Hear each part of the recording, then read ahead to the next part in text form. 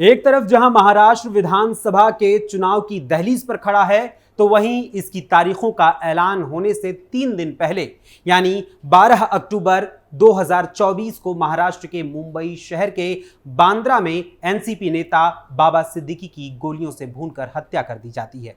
इसके बाद यह मामला पूरे देश में चर्चा का विषय बन जाता है। लेकिन एक तरफ जहां मुंबई में बाबा सिद्दीकी की हत्या की जाती है, तो वहीं दूसरी ओर यूपी समेत अन्य राज्यों में विजयदशमी के मौके पर हिंदू साधक दुर्गा पूजा की समाप्ति के बाद मां दुर्गा सहित पंडाल में लगी हुई अन्य विभिन्न मूर्तियों को विसर्जित करने के लिए गाजे बाजे के साथ डीजे की धुनों पर नाचते गाते विसर्जन स्थल की ओर जा रहे होते हैं कि इसी बीच यूपी के बहराइच जिले की महसी तहसील के महाराजगंज बाजार में हिंदू श्रद्धालुओं द्वारा निकाले जा रहे विसर्जन जुलूस का काफिला मुस्लिम बाहुल्यता वाली आबादी से घिरे हुए रास्ते से हर बार की तरह इस बार भी गुजर रहा होता है।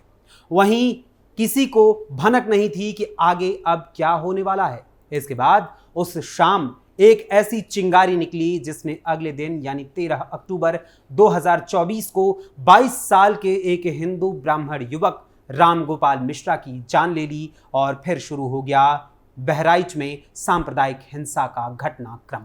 लेकिन प्रशासन की कड़ी कार्यवाही देर से ही सही, पर जब कड़ी कार्यवाही की गई तो उसके बाद पूरे माहौल को शांत कराया गया और उसके पश्चात शुरू हुआ राम गोपाल मिश्रा की हत्या करने वाले आरोपियों की धरपकड़ का काम। लेकिन इसी बीच 5 नामजद आरोपियों में से 2 का पुलिस ने एनकाउंटर कर दिया, तो सपा ने शुरू कर दी मुस्लिम समाज को बहलाकर अपने पाले में करने की राजनीति। और फिर अखिलेश यादव की ओर से इन आरोपियों के लिए बहने लगते हैं वो आंसू जो सिर्फ सियासत का खेल खेलने के लिए निकलते हैं और फिर शांत हो जाते हैं। लेकिन वहीं इसी बीच कुछ मीडिया के लोग एक तरफ इस पूरे घटनाक्रम की जानकारी जनता तक पहुंचाने वाले मीडिया को ही श्वान कहकर पुकारते हैं और यहां तक कि ये कहते हैं कि सरकार इनके आगे पेडिग्री फेंकती है तो ये काम करते हैं। आखिर क्या है ये पूरा मामला और कैसे पुलिस ने इस मामले में शामिल आरोपियों को गिरफ्तार किया और फिर कैसे अखिलेश यादव और उनकी सो कॉल्ड मीडिया के कुछ नुमाइंदे इस मुद्दे को लेकर भुनाने में लगे हुए हैं और अपने स्वार्थी भुट्टे को भुनाते हुए आज सभी के सामने नजर आ रहे हैं, इस बारे में मैं आपको आज बताऊंगा थर्ड आई के आज के इस अंक में। नमस्कार, कैपिटल टीवी उत्तर प्रदेश देख रहे हैं आप और मैं हूं आपके साथ अखिलेश पांडे। दरअसल बहराइच में हुई हिंसा का मुख्य कारण अफवाहों को माना जा रहा है।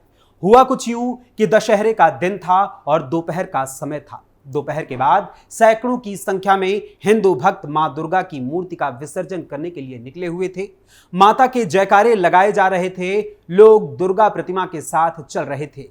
जब यह काफिला मुस्लिम बाहुल्य इलाके में पहुंचा तो वहां कुछ अतिवादियों को एक घर के ऊपर हरे रंग का झंडा लहराता हुआ नजर आया। इसके बाद कुछ लोग जय श्री राम, जय बजरंगबली समेत अन्य नारे लगाने लगे। तभी 22 साल का राम गोपाल मिश्रा नाम का एक युवक इमारत की छत पर चढ़ जाता है और उस झंडे को नोचकर गिरा देता है और उसके स्थान पर भगवा ध्वज फहराने लगता है कि इतने में एक गोली उसे लगती है और वो छत पर गिर पड़ता है। फिर उसे कुछ लोग छत से उठाकर नीचे लेकर आते हैं और इसी बीच उन पर भी पत्थरबाजी की जाती है उसी घर के आंगन से। इसके बाद कुछ देर बाद पता चलता है कि राम गोपाल मिश्रा की मौत हो गई और उसे मुस्लिम समुदाय द्वारा बड़ी बेरहमी से मारा गया। इतना सुनते ही हिंदू पक्ष के लोग उग्र हो गए और उन्होंने तमाम जगहों पर आगजनी शुरू कर दी। लाठियां लेकर सड़कों पर निकलने लगे और तमाम जगहों पर तोड़ फोड़ भी करने लगे और इसी बीच कई बेकसूर लोगों के भी घर जला दिए गए, सामान जला दिए गए, यहां तक कि लोगों के जीने के अरमान को भी जला दिया गया, लोगों के घरों को तोड़ दिया गया, हर तरफ तहस नहस मचा दिया गया। लेकिन उस समय तमाशबीन बनी पुलिस पर सवालिया निशान खड़ा हुआ तो उस समय तत्कालीन सीओ को तत्काल मौके से हटा दिया गया। इसके बाद अन्य जिलों से भी पुलिस और पीएसी को बुलाया जाता है। हालात को काबू करने के लिए खुद एसटीएफ चीफ और ADG law and order Amitabh Yash पिस्तौल लेकर हिंसा फैलाने वाली भीड़ के पीछे सड़कों पर दौड़ते हुए नजर आते हैं और पिस्तौल लहराते हुए उन्हें डराकर मौके से खदेड़ते हैं। और इसके साथ ही पुलिस और पीएसी ने यहां डेरा डाल लिया। खुद डीजीपी प्रशांत कुमार को भी बहराइच में डेरा डालना पड़ा। इसके बाद पुलिस ने मामले को शांत करवाकर शुरू कर दी रामगोपाल मिश्रा की हत्या में शामिल नामजद आरोपियों की तलाश। और यहीं से सपा के साथ साथ उनके चहेते कुछ मीडिया वालों के सीने पर डोलने लगता है सांप। पुलिस ने बीते 17 अक्टूबर को रामगोपाल मिश्रा के आरोपियों की धरपकड़ के क्रम में 2 एनकाउंटर किए, जिसके बाद सूबे के पूर्व मुख्यमंत्री व सपा प्रमुख अखिलेश यादव को तकलीफ होने लगी और वो फड़फड़ाने लगे।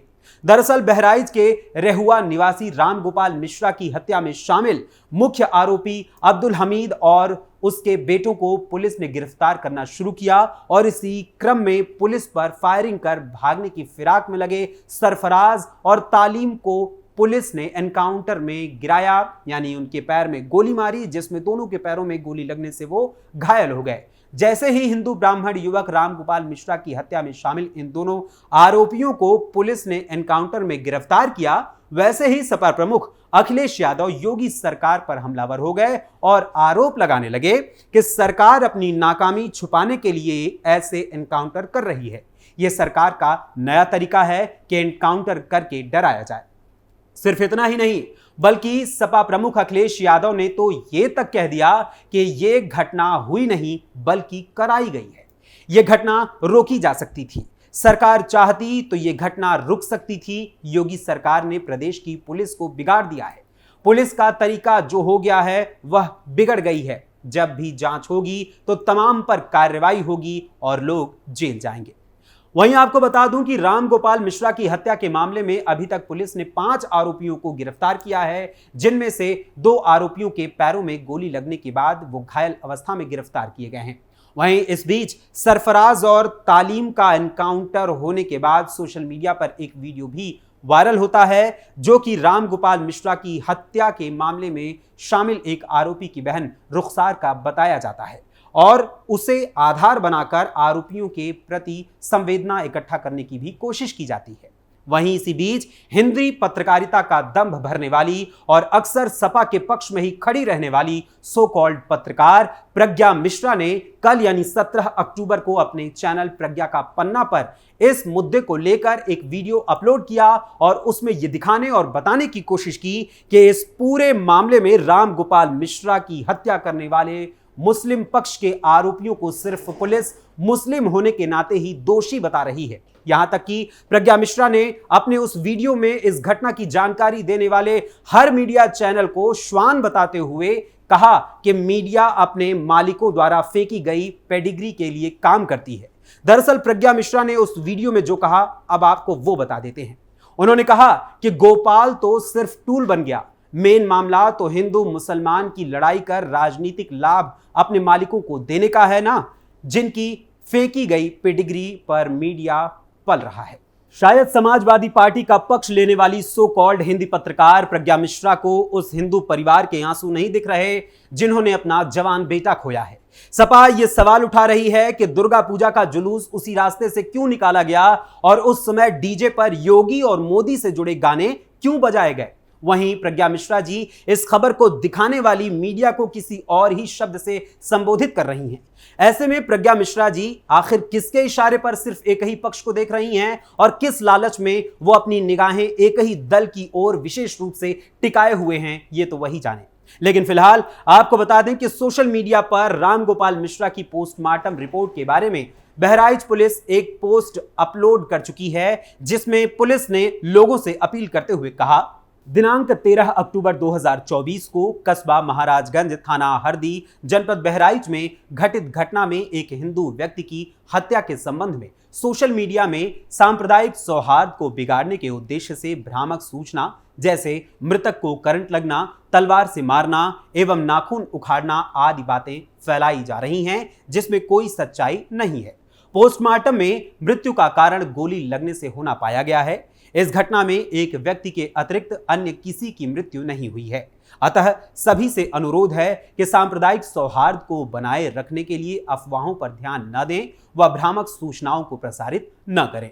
सोशल मीडिया सेल, जनपद बहराइच। मैं ये नहीं कहता कि गुस्से में आई हुई भीड़ ने जो किया वो सही है, बल्कि मैं यही कहूंगा कि हिंसा किसी भी रूप में किसी भी पक्ष के द्वारा की गई हो वो दोषी ही होता है और यह हिंसा हिंसा ही कहलाती है। चाहे वो हिंदू हो या मुसलमान या किसी भी जाति से संबंध रखने वाला व्यक्ति है, हिंसा करने वाला सिर्फ हिंसक होता है। जब यह देश नियम और कानून से चलता है तो उसे उसी के अनुसार चलना चाहिए और सभी को उसका पालन भी करना चाहिए। एक तरफ जहां रामगोपाल मिश्रा की हत्या करने वाले आरोपियों को पकड़ा जा रहा है तो साथ ही उन लोगों की भी पहचान कर उन्हें पकड़ा जाना चाहिए जिन्होंने हिंसा की इस आग में मासूमों के घर जलाए, हॉस्पिटल जलाए, मेडिकल स्टोर जलाए और यहां तक कि नई गाड़ियों के शोरूम तक को आग के हवाले कर दिया। लेकिन मेरा इसी के साथ आग्रह भी है उन लोगों से जो इस पूरे घटनाक्रम को महज स्वार्थी और मजहबी चश्मे से यानी मजहबी रंग के चश्मे से देख रहे हैं कि आप क्या बोल रहे हैं और आपको सुनने वालों के मन में क्या भावनाएं पैदा हो रही हैं, उसे भी आपको ध्यान में रखकर ही अपनी बातें बतानी चाहिए या अपना बयान देना चाहिए। फिलहाल एक और जहां न्याय की देवी की आंखों से पट्टी हटाकर हाथ में तलवार की जगह संविधान को पकड़ा दिया गया है, तो वहीं अब यही कानून अपनी खुली आंखों से सच की तह तक पहुंचकर न्याय करे, यही हमें उम्मीद है। लेकिन मैं आपसे यानी जनता जनार्दन से जानना चाहता हूं कि इस पूरे मामले में हो रही सियासत और तथाकथित मीडिया बंधुओं की ओर से हो रही टिप्पणियों पर आपका क्या कहना है, हमें अपने कमेंट्स के जरिए जरूर बताइएगा। फिलहाल आज के लिए थर्ड आई के इस अंक में बस इतना ही। फिर मुलाकात होगी थर्ड आई के अगले अंक में किसी और खबर, किसी और मुद्दे के साथ। तब तक के लिए अनुमति दीजिए। धन्यवाद। जय हिंद, जय भारत।